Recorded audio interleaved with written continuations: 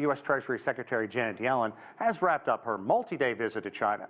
She traveled to various parts of the country, speaking with business leaders and Chinese officials on the importance of economic ties between the two nations. Dong Shua has more from Beijing. Well, as U.S. Treasury Secretary Janet Yellen wrapped up her second trip to China, at a press briefing held in Beijing on Monday, she reaffirmed that the United States is not seeking to decouple from China. She emphasized that the two economies are deeply integrated and a full-scale separation would be disastrous for both economies. And over the course of 5 days, Yellen had wide-ranging meetings with the Chinese leaders, local officials, academics, students, and American executives, both in the southern metropolis of Guangzhou and the national capital, Beijing.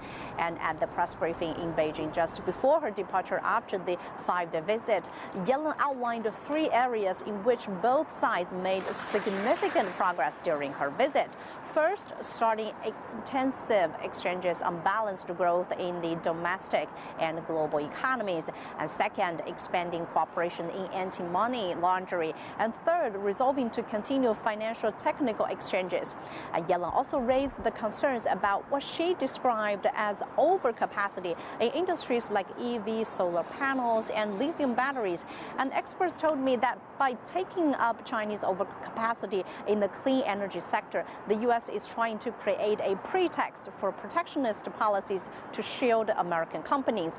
And we also heard from the Chinese ambassador to the United States, Xie Feng, who said that from a global perspective, quality production capacity is not excess, but actually faces a serious shortage, especially for developing countries, which can be benefit from an increase in quality production.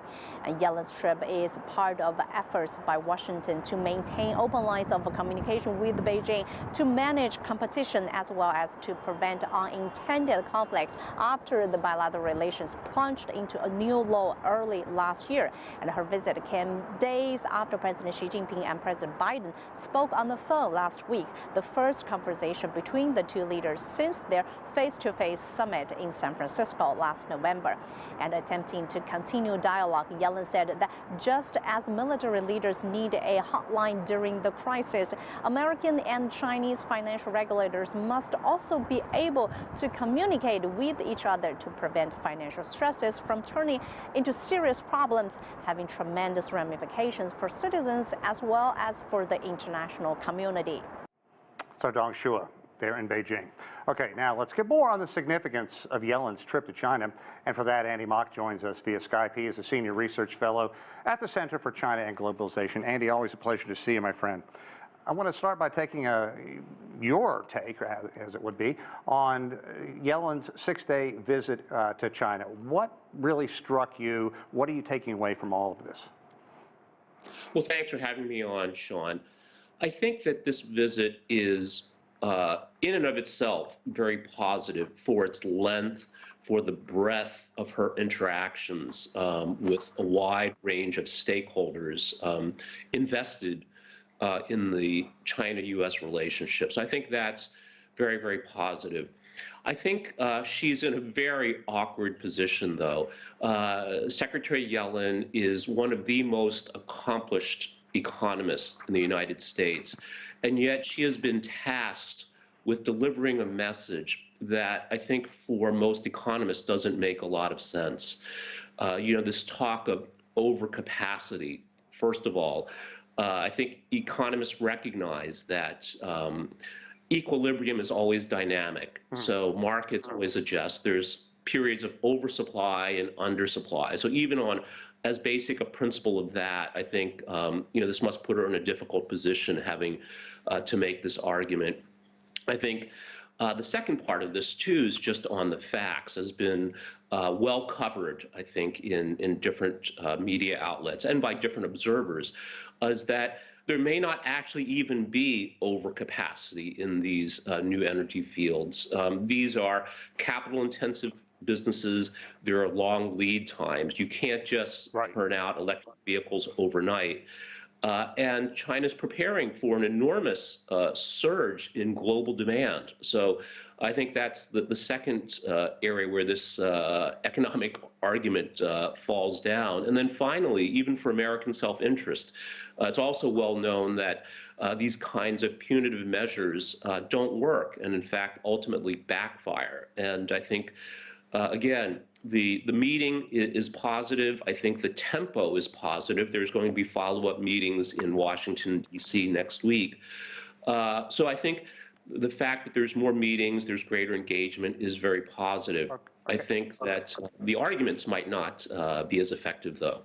I want to get into the argument about unfair trade practices in just a moment, but let's also examine the timing of her visit there.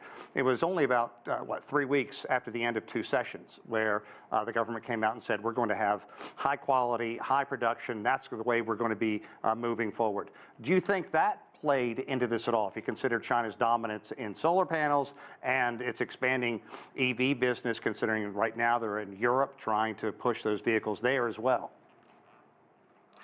I think it certainly has played a part, Sean, just for the fact that the 2 sessions, of course, are a very important political event in China. And what happens in China, of course, is having increasing global impact. So it's not just in Washington, D.C., but I think all around the world.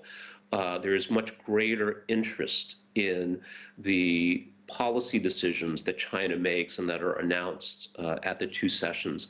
That being said, these developments in new energy, this transition to new energy, new productive forces, et cetera, is not something that is brand new. I think, this has been on the horizon. People that follow China know that this is an important development. So I would say yes and no, Sean, that, that the 2 sessions perhaps is a factor, but that this is also a clear long-term strategic direction that China is taking. Okay, let's talk about some of the issues that Yellen did raise. Unfair trade practices and Chinese subsidies on green technologies. There's no question that China's government works very closely with a lot of its private sector.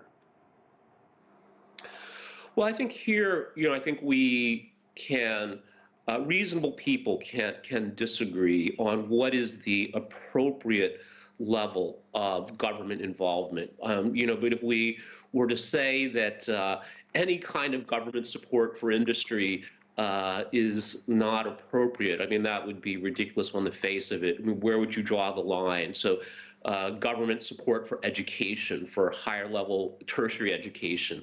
The U.S., of course, invests a lot through the Department of Education. It has its own organizations for supporting research and development, the military being a very big one. So, where do you draw the line? So I think that reasonable people can disagree on what is fair, and I think that's very natural. But I think these sweeping categorizations, again, really lack any foundation in economic theory and even practice, I would say. Quickly, Andy, we're kind of tight on time. I want you to talk about the fact that the China's central bank, as well as the United States, are agreeing to work together to stop money laundering. That's something certainly positive. How's this going to work? And again, we're kind of tight on time. Sure, I think we have to see, and again, I think the parallel made between military to military communications makes a lot of sense. I mean, financial crises can also erupt, cause tremendous global damage, and I think the fact that there's a recognition and a desire to work together is certainly a positive.